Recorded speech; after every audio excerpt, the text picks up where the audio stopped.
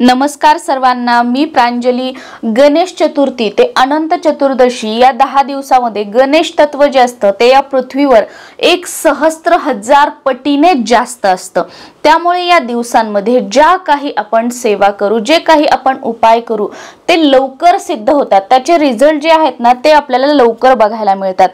गणपती किंवा गणपतीची सेवा म्हटलं की आपल्याला फक्त एकच स्तोत्र आठवतं, ते म्हणजे गणपती अथर्व शीर्ष आणि गणपती स्तोत्र संस्कृत असू द्यात किंवा मराठी असू द्यात। पण या व्यतिरिक्त अजून एक असं स्तोत्र आहे की हे म्हटल्यानंतर याची विशिष्ट पद्धतीने जर तुम्ही सेवा केली या 10 दिवसांमध्ये किंवा या 10 दिवसामध्ये तुम्ही संकल्पयुक्त ही सेवा सुरू केली, 21 दिवसांसाठी 41 दिवसांसाठी जरी तुम्ही केली, तुम्हाला हवं तेवढं तुम्ही करू शकता। कितीही मोठ्यातील मोठा दुर्धर असा आजार असू द्या, ज्याच्यासाठी तुम्ही ट्रीटमेंट घेताय पण तुम्हाला काहीच फरक नाहीये, दवाखान्याला पैसा जातोय, तुम्हाला त्रास होतोय, तुम्हाला वाटतंय की असं मला काहीतरी माहित व्हावं की माझं हे दुखणं राहायला पाहिजे, तुम्ही त्रस्त झालेले आहात, त्यासाठी तुम्ही हा उपाय करू शकता। तुम्ही स्वतः करा किंवा तुमच्या घरातील मंडळींनी केला तरी सुद्धा चालतो। किंवा अशा एखाद्या गोष्टीमध्ये तुम्ही अडकले आहात, तुमची चूक नाहीये पण तुम्हाला त्याच्यामध्ये अडकवण्यात आलेलं आहे आणि त्यातून बाहेर निघण्यासाठी तुम्ही प्रयत्न करताय पण तुम्हाला मार्ग मिळत नाहीये। या व्यतिरिक्त या स्तोत्राचे अजून खूप सारे फायदे आहेत, ते आपण बघूया।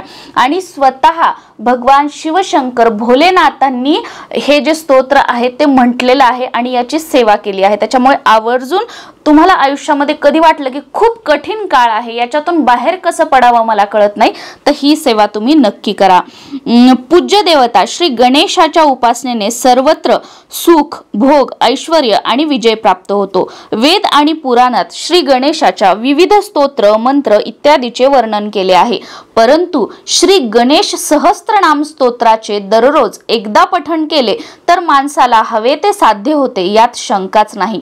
तो सर्व अडथळ्यांचा नाश करणारा आणि सर्व इच्छित परिणाम देणारा आहे। धर्मग्रंथात असे वर्णन आहे की त्रिपुरावर विजय मिळवण्यापूर्वी भगवान शिवशंकरांनी स्वतः भगवान गणेशाच्या सहस्त्रनाम स्तोत्राचे पठण केले होते, तेव्हाच ते त्रिपुरासुरावर विजय मिळू शकले होते।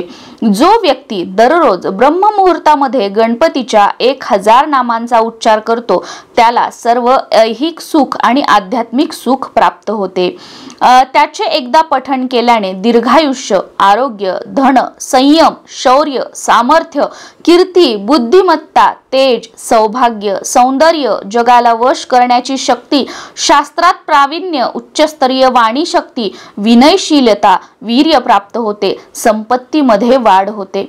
गणपती पठण उत्तम वशीकरण प्रदान करते। यावरून राजाचे हरम, राजपुत्र आणि राज्यमंत्री असे 4 प्रकारचे वश सिद्ध होतात, असे शास्त्रात सांगितले आहे। सध्याच्या संदर्भात पाहिले तर माणसाला सर्व काही वश करण्याची शक्ती मिळते, म्हणजेच ज्याच्या वशाचा पाठ केला जातो तो त्याचा दास होतो। या सहस्त्रनामाचे पठण केल्याने धर्म, धन, काम आणि मोक्ष प्राप्त होतो।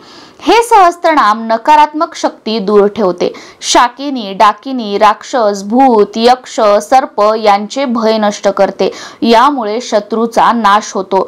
तुमच्या शत्रूंनी केलेल्या वाईट कृत्यांचा तुमच्यावरील प्रभाव दूर करतो। याच्या पठणाने सर्व प्रकारची दुःख आणि संकटे संपतात, कुटुंबात सुख शांती नांदते आणि नातेवाईकांमध्ये परस्पर प्रेम वाढते। गणेश सहस्त्रनाम वाचल्याने स्वप्नातील वाईट परिणाम नष्ट होतात। तुम्हाला जर वाईट स्वप्न वगैरे पडत असतील तर तो त्रास दूर होतो। गणेश सहस्त्रनाम संहाराचे साधन, मोहन, वशीकरण, उच्चाटन इत्यादी 6 कृत्य, 8 महासिद्धी आणि त्रिकाल ज्ञानाची साधने प्रदान करते। हे स्तोत्र सर्वत्र विजय मिळवून देते, वंध्यत्वाशी संबंधित सर्व दोष दूर करते आणि गर्भाच्या संरक्षणाचे मुख्य साधन आहे। तुम्ही जर संतान प्राप्तीसाठी प्रयत्न करताय, सगळं नॉर्मल आहे पण बाळ होत नाहीये, तर त्यासाठी सुद्धा तुम्ही हे वाचन करू शकता। ज्या घरामध्ये दररोज गणेश सहस्त्रनामाचा पाठ केला जातो त्या घरातून माता लक्ष्मी कधीही बाहेर पडत नाही। माता लक्ष्मीचा त्या वास्तूमध्ये कायम वास राहतो। ज्या घरामध्ये रोज पठण केले जाते त्या घरात सर्व प्रकारचे रोग निवारण होते, त्या घरामध्ये रोग आजारपण या गोष्टी टिकत नाहीत। गणेश सहस्त्रनामाचे रोज पठण केल्यास मनुष्याला पृथ्वीवरील सर्व सुख प्राप्त होतात।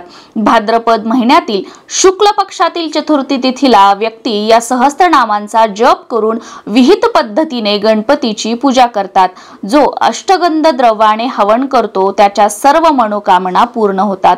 एखाद्या गरीबाने संकल्पयुक्त 4 महिने रोज गणेश सहस्त्रनामाचे पठण केले तर 7 जन्मापासून चालत आलेले दारिद्र्य ही दूर होण्याची शक्ती किंवा दूर करण्याची शक्ती या स्तोत्रामध्ये आहे। एवढं म्हणजे प्रभावशाली असं हे स्तोत्र आहे। आता याचं तुम्ही कसं वाचन करू शकता तर बघा, मी तुम्हाला काही पद्धती सांगते याच्या। तुम्ही जर गणपती बसवला असेल तर गणपतीच्या समोर बसून सकाळपासून संध्याकाळपर्यंत तुम्ही करू शकता, पण उत्तम काळ ब्रह्ममुहूर्त आहे असं सांगितलेलं आहे। पण त्यावेळेस जमलं नाही तर आपण दिवसभरामध्ये कधीही करू शकतो। आणि तुमच्याकडे गणपती बाप्पा बसलेले नसतील तर देवघरासमोर बसून करायचं आहे, आसन घेऊन बसायचं आहे।